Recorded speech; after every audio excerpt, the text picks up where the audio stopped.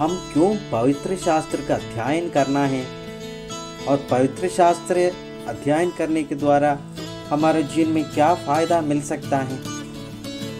पहले बात ये कि परमेश्वर का वचन का सिद्धांतों को समझने के लिए हम परमेश्वर का वचन पढ़ना जरूरी है। परमेश्वर का वचन में शक्ति है, परमेश्वर का वचन में बहुत अधिकार है और परमेश्वर का वचन का सबूत प्रमाणित करने के लिए हम परमेश्वर का वचन का सिद्धांतों को ठीक से पढ़ने और समझना जरूरी है। दूसरा बात ये है, वचन का प्रकाशन सही ढंग से परखने हेतु हम परमेश्वर का वचन पढ़ना चाहिए, क्योंकि बहुत बार हमारे जीवन में गड़बड़ियाँ हो सकता है।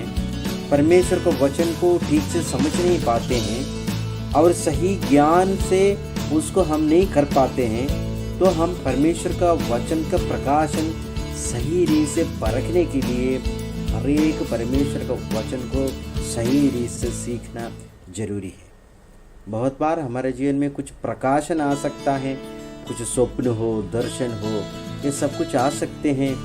उस वक्त हम उसको परमेश्वर का वचन का अनुसार परखेगा नहीं तो हम गड़बड़ हो सकता है, हम गलत हो सकता है। तीसरा बात है, अपने जीवन में परमेश्वर का वचन को लागू करने के लिए हम परमेश्वर का वचन पढ़ना बहुत जरूरी है। अगर परमेश्वर का वचन हमको मालूम नहीं है तो हम कैसे पालन कर पाएगा, कैसे हम परमेश्वर की इच्छा समझ पाएगा।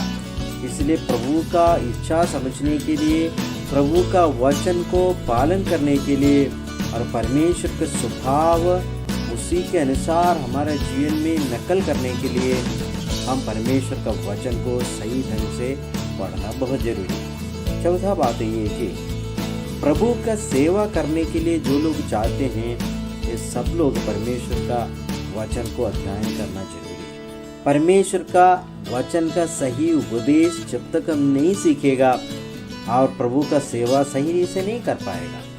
और गलत लोगों को परखने के लिए और जो गलत उपदेश देने वालों को समझने के लिए परमेश्वर का वचन का सही बातें हम सीखना बहुत जरूरी है। बहुत सारे लोग हैं जो परमेश्वर का वचन को गलत तरीके से उपदेश देता है, जैसे कल्ट लोग हैं, परमेश्वर का वचन का गलत उपदेश देता है। कुछ लोग डॉगमेटिक हैं, ज़िंदगी में जो बचपन में सीखा है वही सही है, जिन्होंने मुझको कुछ सिखाया वही मैं सही मानूंगा बोलने वाला डॉगमेटिक लोग हैं। बहुत सारे लिबरल्स लोग हैं कि सारे धर्म एक जैसे हैं, सारे रास्ता एक जैसे हैं, सारे ईश्वर एक ही हैं बोलने वाला, जैसे लिबरल थियोलॉजी वाला लोग है। और आधा गलत आधा सच बोलने वाला लोग, ये सारे लोगों को सही रीत से परखने के लिए, हम सही रीत से चलने के लिए हम परमेश्वर का वचन को सही रीत से हम सीखना चाहिए। ये प्रभु का सेवा सही ढंग से करने के लिए मदद करेगा। और पांचवा बात ये कि कलीसिया का उन्नति के लिए हम परमेश्वर का वचन सीखना बहुत जरूरी है। परमेश्वर का वचन हम सही रीत से सीखेगा तो हम एक सही कलीसिया का उन्नति कर सकता है। जिस प्रकार हम प्रभु का वचन सीखा उतना ही क्वालिटी होगा हमारा जो कलीसिया का बातें में, और कलीसिया के लिए हम अच्छा रीत से वचन सीख कर अच्छा शिक्षा देगा तो कलीसिया भी एक उत्तम कलीसिया बन जाएगा।